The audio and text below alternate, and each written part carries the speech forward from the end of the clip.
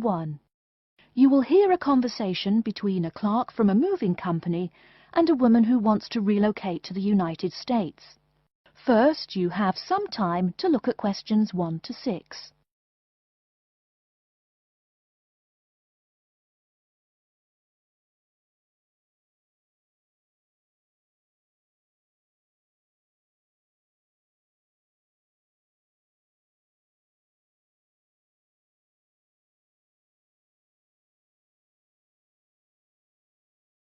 You will see that there is an example which has been done for you.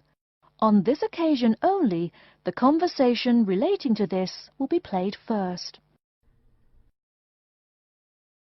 Good morning, ma'am, and welcome to Australia's Moving Experience. How can I help you? Well, I hope you can help me. I'm so up in the air right now. Just calm down now. Let me guess. You're moving and it has you a little confused. That's it exactly. You see, I'm relocating to the United States next month, and I'm having a hard time getting organised. Here, fill out your name and address and let me ask you a few questions. Oh, what should I call you? My name is Jane Bond.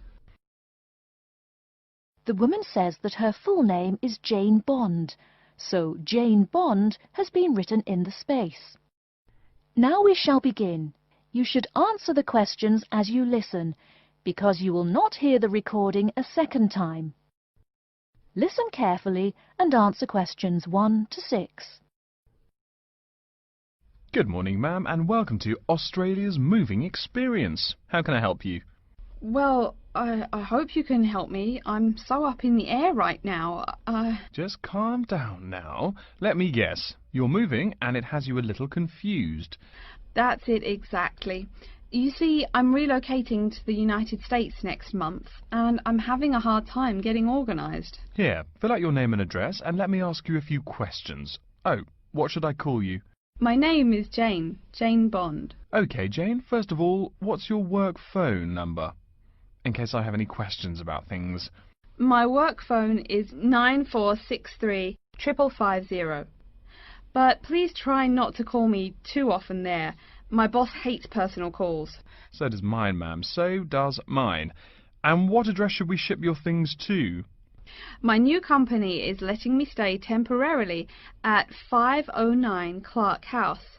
That's CLARK, 1137 University Drive in Seattle. Seattle? Beautiful city, I hear. Mountains right beside the ocean almost. Cooler than Australia, too. OK, and when should we come pack your things? I guess that would be on Monday, March 11th. Do you want any help with an after-packing clean-up? We do that for a small additional charge. Yes, that would be helpful.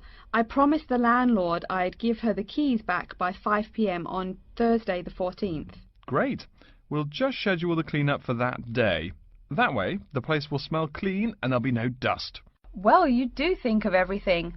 Oh, how much is this going to cost? Here is a list of our basic prices. Oh dear, this seems rather expensive. Yes, ma'am, but you're paying for the best. We're careful and we're fast.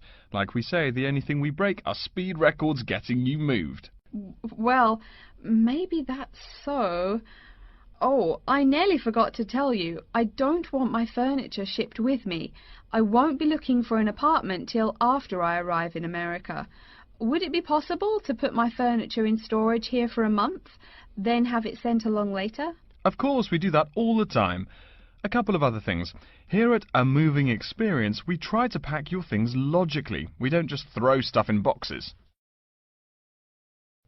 Now listen and answer questions 7 to 10. Do you have any special requests? You know, things you want packed in some special place, so you know where to find them. Like what? Oh, I don't know. Things like dishes, maybe. Not to be rude, but you look like a lady who likes to eat. Ah, yes, I need my dishes and things where I can find them quickly. Great. We'll put those dishes and cutlery in what we call the emergency pack. Can you think of anything else? I do have an antique tea kettle my great-grandmother gave my mother. I wouldn't want to lose that. So I guess you'd better put that in storage with the furniture. Grandma's tea kettle with the furniture. Got it. Say, how about things like your alarm clock? You don't want to miss your plane on the big day, right? Well, you certainly think of everything. Yes, that's right. I'll also need my alarm clock where I can find it. Fine, we'll put that in your personal package. And of course, we'll give you a list of where we pack everything. So all you'll have to do on Thursday the 14th is grab your luggage on your way out the door. I couldn't help noticing the new CD player you're carrying. Is that a Samsung? Why, yes it is. One of their best. Cost me nearly $100 it did. Do you want to take special care of it? I mean, it's brand new. Take care of it, but nothing special. You can just put it in storage with the furniture. That looks like everything we need here. I guess you're all set. That was certainly quick. Thank you, young man. This has been a most moving experience. That is the end of section 1. You now have half a minute to check your answers. Now turn to section 2.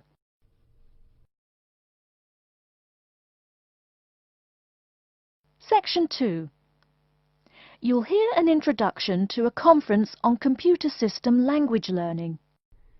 First, you have some time to look at questions 11 to 16.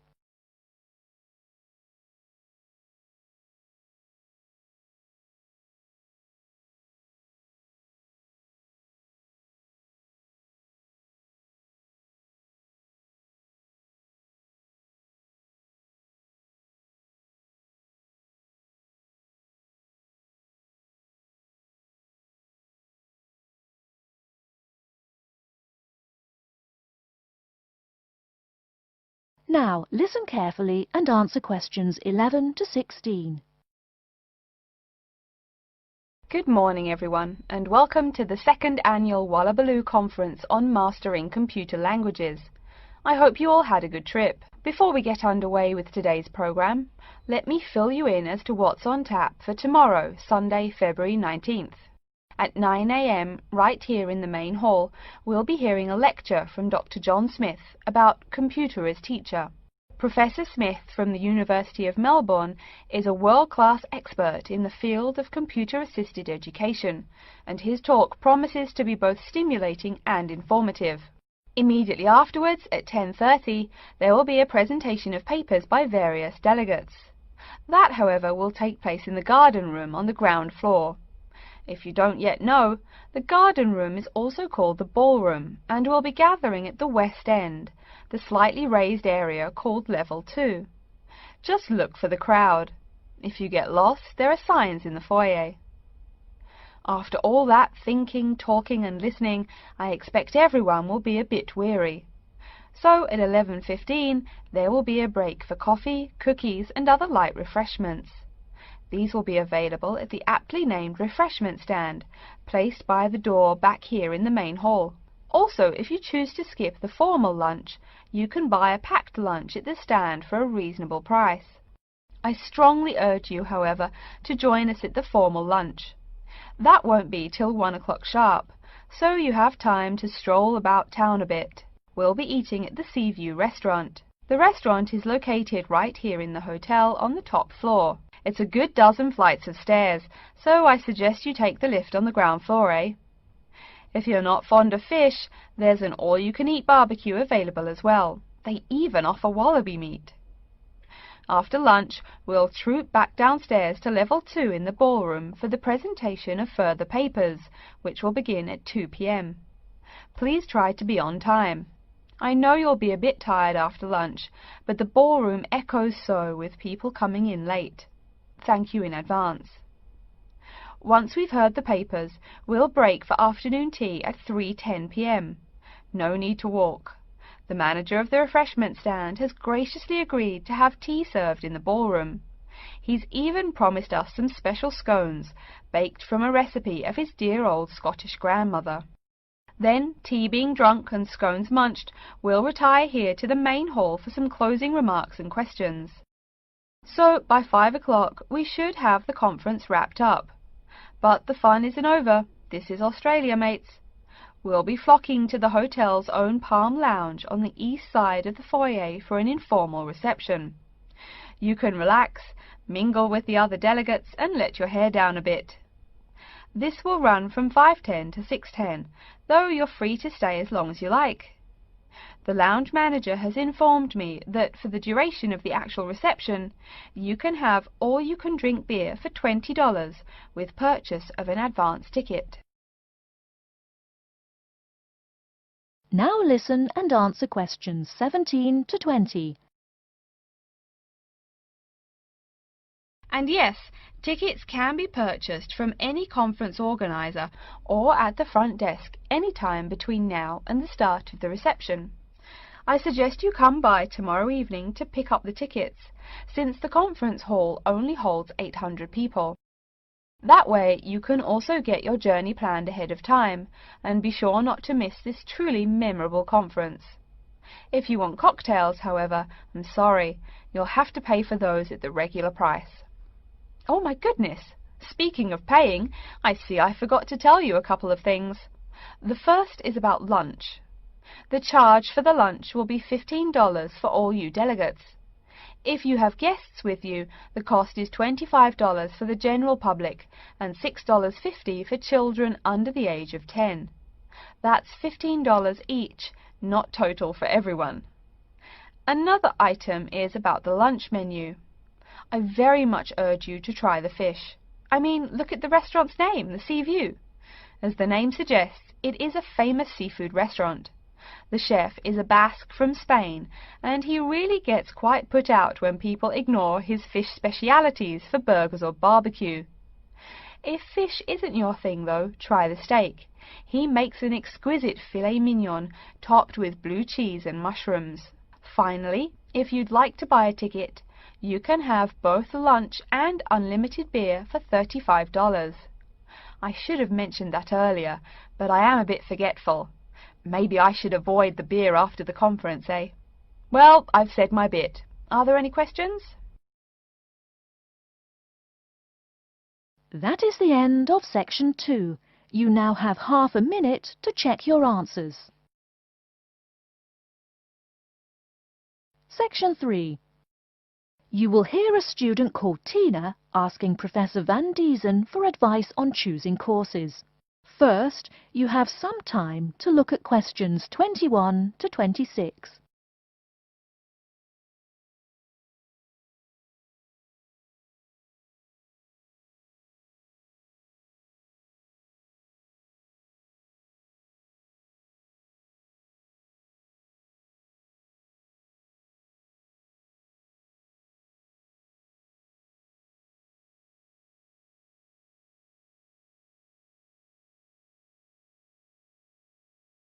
Now listen carefully and answer questions 21 to 26. Hello, are you Professor Van Diezen? Yes, I am. And who might you be? Oh, sorry, my name is Tina. I'm a freshman here. They told me I should ask you for advice in choosing courses. Well, that's part of what I'm here for. Please come in and sit down. Now, what are your questions?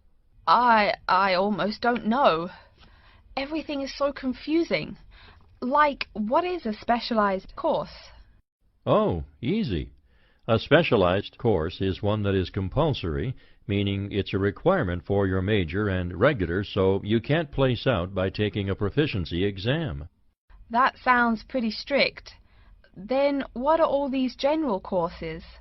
I seem to have to take so many. Nothing to be alarmed over. These are courses open to all students and not directly related to your major.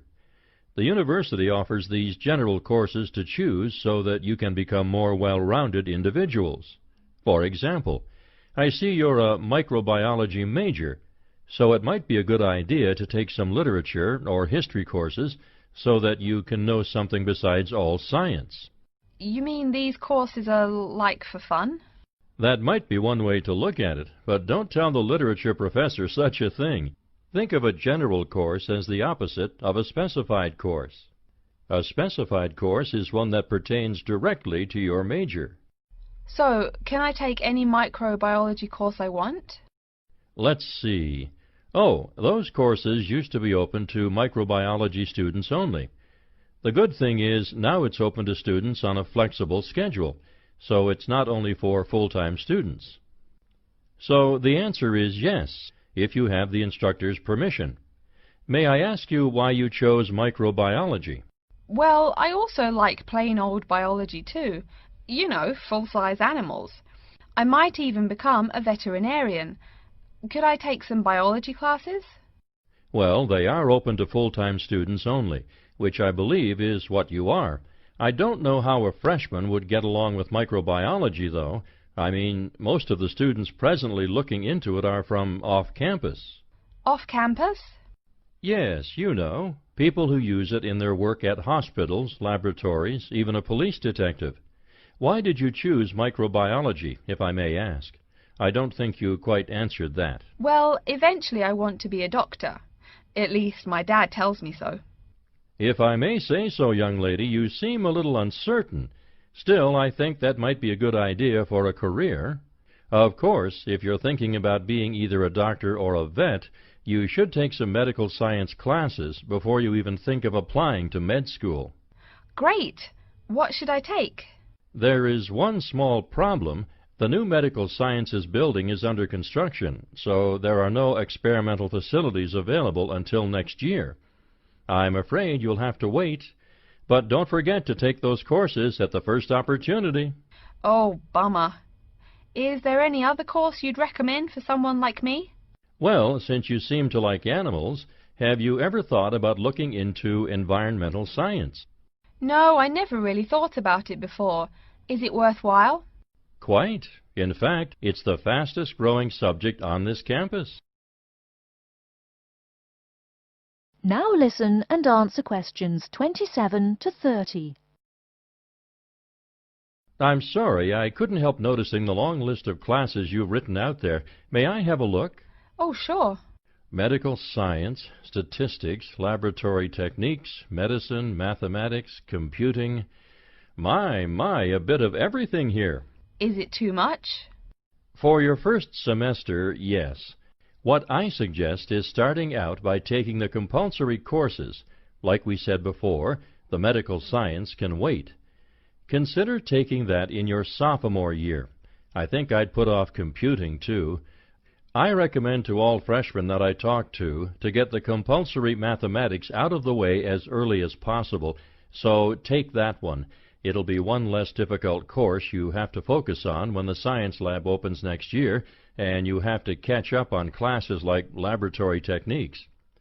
Your major also requires statistics, so you have to balance 2 math classes, and no doubt you should take that. Otherwise, get your required medicine course out of the way by taking something theory-based. Oh, of course, and your environmental science class, if you're interested. The others can wait, though I think computing is definitely a good idea, even though it's not required. I see, too, on your paper there, you seem to have had high marks on the entrance exam. Yeah, I guess so. Don't be shy. Have you thought about applying for a scholarship? Do they have any? I mean, my dad is always complaining about how much money it costs him. In your department, there are actually 3 full scholarships available. They cover tuition and provide $1,500 cash. $1,500 cash? Party! Please, miss, the money is intended more as a textbook allowance, not party money. If you promise to behave, I'll show you how to apply. Great, and thanks. That is the end of section 3. You now have half a minute to check your answers.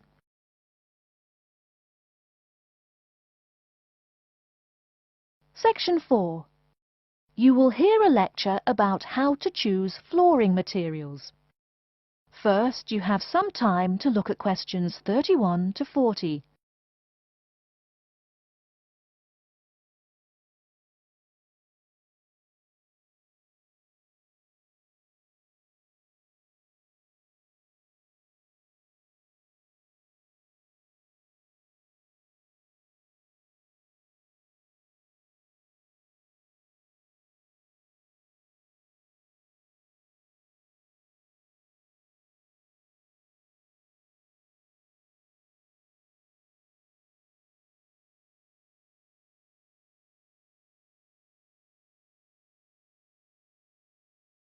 Now listen carefully and answer questions 31 to 40. We've been talking about choosing building materials in the last week. Now, a great many factors influence the choice of building materials. You can't make a house of cards, right? And people who live in glass houses and all that. Anyhow, today I'd like to say a few words about flooring. Some artificial materials can be used, like plastic for instance, which offer mixed blessings when used as a flooring surface. On the one hand, plastic is cheaper than nearly any other alternative, short of bare ground. Plastic also does not warp like wood. On the other hand, the best that can be said about plastic is that it looks like wood or stone. However, it cannot replace the real materials. As I have mentioned, I'm fixing up a new house. The decorator my wife hired told me plastic does a great job of looking exactly like plastic. Besides, it scratches easily, fades or discolors, and starts cracking within a year or two. So, if you're fitting out a sleazy hotel or plan to live in a trailer park, go with the plastic. Really though, for all intents and purposes, this leaves us with wood or stone as choices for flooring. Stone and wood are alike in at least one respect. Both go through processing before they can be put to use. Since few of us cut our own lumber or quarry our own stone, this is not perhaps a pressing concern. Still, do-it-yourselfers would do well to remember to buy only properly seasoned wood. Unseasoned wood warps, and a warped floor quickly becomes firewood, and its owner quickly becomes poorer. Likewise, except for dull-hued materials like slate or sandstone, most stone floors are polished before installation. The choice goes well beyond just wood or stone. Each type requires many further considerations. A few special remarks are called for when considering wood. For example, as always, aesthetics, personal taste and layout all play roles, as well as the type of house or room. Oh, and certainly don't forget the cost. When it comes to cost, a rule of thumb is that the softer and less exotic the wood, the lower the cost. In the US, for instance, pine is both ubiquitous and cheap. Mahogany is imported and exorbitantly expensive. If you're on any kind of budget when remodeling, it's really helpful to remember to go for the softer woods. Aside from cost, there are still lots of different factors that are important in choosing the best flooring for the job. Continuing with the example of wood, one must consider the effects of each type of wood on the mood of the room. When selecting the best wood to use, particular attention needs to be paid to its grain patterns, texture and colour. In rooms where relaxation or deep thought is the aim, say bedrooms or the study, dark, strong-grained woods are the rule. Here, the grain ought to match the furniture for a feeling of homogeneity. In rooms where activity and motion are typical, the dining room or living room, lighter, finer-grained lumber is more suitable. In such a setting, the wood grain might be useful in offering a contrast to the furniture. This leads to a feel of subconscious excitement in keeping with the room's function. In either case, though, consult a decorator. It is a decorator's job to know what materials to use to fit the function of the room. Though some things about putting together a room are subjective and based on one's individual taste, materials appropriate to a room's function are much more straightforward. A decorator takes the needs of the customer and uses a mathematical formula rather than subjective words. Since feelings vary from person to person, verbal descriptions of wood types tend to be ambiguous. You want the wood you select, not something approximate. And if you do decide to do it yourself, remember that all wood must be treated with preservatives to enhance its appearance and preserve its natural beauty. In the case of stone or quarry tile, as flat-cut flooring stone is properly called, a new set of considerations must be weighed up. Simple colour aside, the degree of reflection must be kept in mind. This is called the reflectance rate, which is expressed in a number between 0.0 and 1.0, depending on the amount of light it reflects. At one end of the scale is polished silver. At a rating of 1.0, this shiny surface reflects nearly all of the light directed at it. Numbers closer to 0 describe materials that absorb more light. Moving down the scale a bit, we see that plastic that has been painted white has a rate of 0.8, which makes sense. We know that the colour white reflects all other colour, while black absorbs all colour, and plastic itself is a relatively reflective material. Materials that are denser and darker have reflectance rates much closer to 0. The quarry tile I mentioned a while ago has a rate of 0.1. As you may know, quarry tile is generally dark brown and made from clay, so it is quite dense. Of course, there is considerable variation among types of quarry tile because of the hue or treatment of the clay during its creation. Does anyone have any guesses as to what material may have a rate of almost 0.0? We can guess most of these materials are black in colour, but plastic, wood and even stone reflect some light. One material with a rate of almost 0.0 is black velvet. The texture produces almost no shine at all. Carrara marble, despite its white hue, is actually lower in reflectivity than black onyx. In any case, the fact that tiles vary somewhat should not be forgotten. A highly reflective floor would not be suitable in a library. It would be indispensable in a ballroom, should your home be large enough to feature one. Again, a rule of thumb is that light means lively.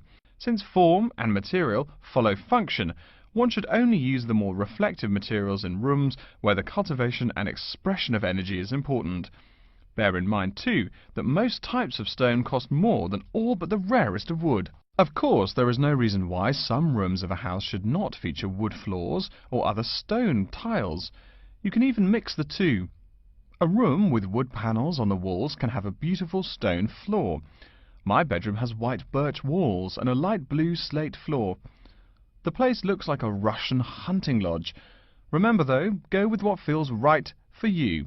Good taste and the laws of interior design are the homeowner's servants, not his master. It's only beautiful when you decide it is. I mean, you're the one who lives there, not the decorator, right? Okay, are there any questions? That is the end of section 4. You now have half a minute to check your answers.